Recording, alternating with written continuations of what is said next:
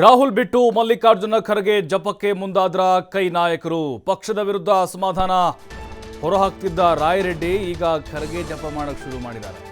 ಬಸವರಾಜ ರಾಯರೆಡ್ಡಿ ಪಕ್ಷದ ವಿರುದ್ಧವೇ ಬಹಿರಂಗವಾಗಿ ಅಸಮಾಧಾನ ಹೊರಹಾಕಿದ್ದಾರೆ. ಸಚಿವ ಸ್ಥಾನ ಸಿಗಲಿಲ್ಲ ಅನ್ನುವಂಥ ಕಾರಣಕ್ಕೂ ಕೂಡ ಹೌದು. ಖರ್ಗೆ ಅವರನ್ನ PM ಮಾಡಿ ಎಂದಿದ್ದು ನಾನೇ ಅಂತ ರಾಯರೆಡ್ಡಿ ಹೇಳಿದ್ದಾರೆ. ಜುಲೈ ಮೊದಲ ವಾರದಲ್ಲಿ ನಮ್ಮ ಹೈಕಮಾಂಡ್ಗೆ ನಾನೇ ಮೊದಲು ಹೇಳಿದ್ದೆ, ಖರ್ಗೆ ಅವರಿಗೆ ಅನುಭವ ಇದೆ, ದಲಿತರಿದ್ದಾರೆ ಅಂತ ಹೇಳಿದ್ದೆ. ಬಸವರಾಜ ರಾಯರೆಡ್ಡಿ ಅವರ ಮಾತಿದು. ಅಂದರೆ ನಾನು ಹೇಳಿದಕ್ಕೇನೆ PM ಕ್ಯಾಂಡಿಡೇಟ್ ಅಂತ ಘೋಷಣೆ ಮಾಡಿಬಿಟ್ರಾ? ಹಂಗಲ್ಲ, ನಾನು ಒಂದು ರೀತಿ ಸಲಹೆ ಕೊಟ್ಟಿದ್ದೆ, ನನ್ನ ಅಭಿಪ್ರಾಯವನ್ನು ಹೇಳಿದ್ದೆ. ನೋಡಿ, ಈಗ ರಾಹುಲ್ ಗಾಂಧಿ ಅವ್ರನ್ನ ಬಿಟ್ಟರು, ಸೋನಿಯಾ ಗಾಂಧಿ ಅವ್ರನ್ನ ಬಿಟ್ಟರು, ಮಲ್ಲಿಕಾರ್ಜುನ ಖರ್ಗೆ ಅವರ ಪರವಾಗಿ ಜಪ ಮಾಡ್ತಾ ಇದ್ದಾರೆ ಕಾಂಗ್ರೆಸ್ ನಾಯಕರು. ಖರ್ಗೆ ಅವ್ರಿಗೆ ಅನುಭವ ಇದೆ, ದಲಿತರಿದ್ದಾರೆ ಅಂತ ನಾನು ಹೈಕಮಾಂಡ್ ಗಮನಕ್ಕೆ ತಂದಿದ್ದೆ.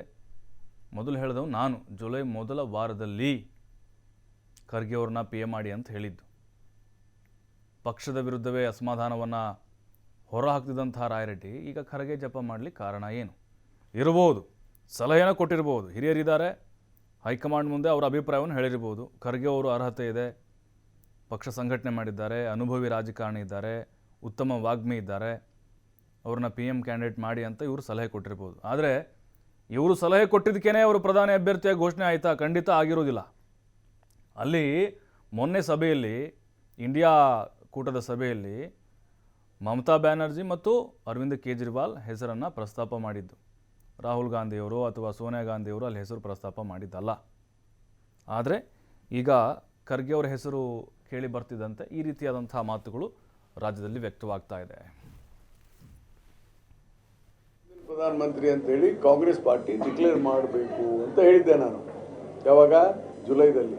ಯಾಕೆ ಹೇಳಿದೆ ಅಂದರೆ, ಅವ್ರಿಗೊಂದು ರಾಜಕೀಯ ಅನುಭವ ಇದೆ, ಆಡಳಿತದ ಬಗ್ಗೆ ಗೊತ್ತಿದೆ. ಕರ್ನಾಟಕದಲ್ಲಿ ಸುಮಾರು 10-11 ಸಾರಿ MLA ಆಗಿ ಮಂತ್ರಿ ಆಗಿದ್ದಾರೆ, ಪಾರ್ಲಿಮೆಂಟ್ನಲ್ಲಿ 3 ಸಾರಿ ಆಯ್ಕೆ ಆಗ್ಯಾರೆ. ಹೀಗಾಗಿ ಅವ್ರಿಗೆ ಅನುಭವ ಇದೆ. ಅವರು ಆದ್ರೂ ಒಳ್ಳೆಯ ಮುಖ್ಯಮಂತ್ರಿ ಮಾಡಲಿಲ್ಲ ಸರ್. ಅವರು ದಲಿತ ವ್ಯಕ್ತಿ ಇದ್ದಾರೆ, ಒಬ್ಬ ರಾಷ್ಟ್ರದಲ್ಲಿ ಆಗಲಿ ಅಂತೇಳಿ ನಾನು ಜುಲೈದಲ್ಲಿ ಹೇಳಿದ್ದೇನೆ, ಈಗಲೂ ಹೇಳ್ತೇನೆ. ಖರ್ಗೆ ಅವ್ರನ್ನ ಕಾಂಗ್ರೆಸ್ ಪಾರ್ಟಿನೂ ಡಿಕ್ಲೇರ್ ಮಾಡಬೇಕು, ಇಂಡಿಯಾ ಅಂದರೆ ನಮ್ಮ ಒಕ್ಕೂಟನೂ ಮಾಡಿದ್ರೆ ಸರಿ ಅಂತ ನನ್ನ ವೈಯಕ್ತಿಕ ಅಭಿಪ್ರಾಯ.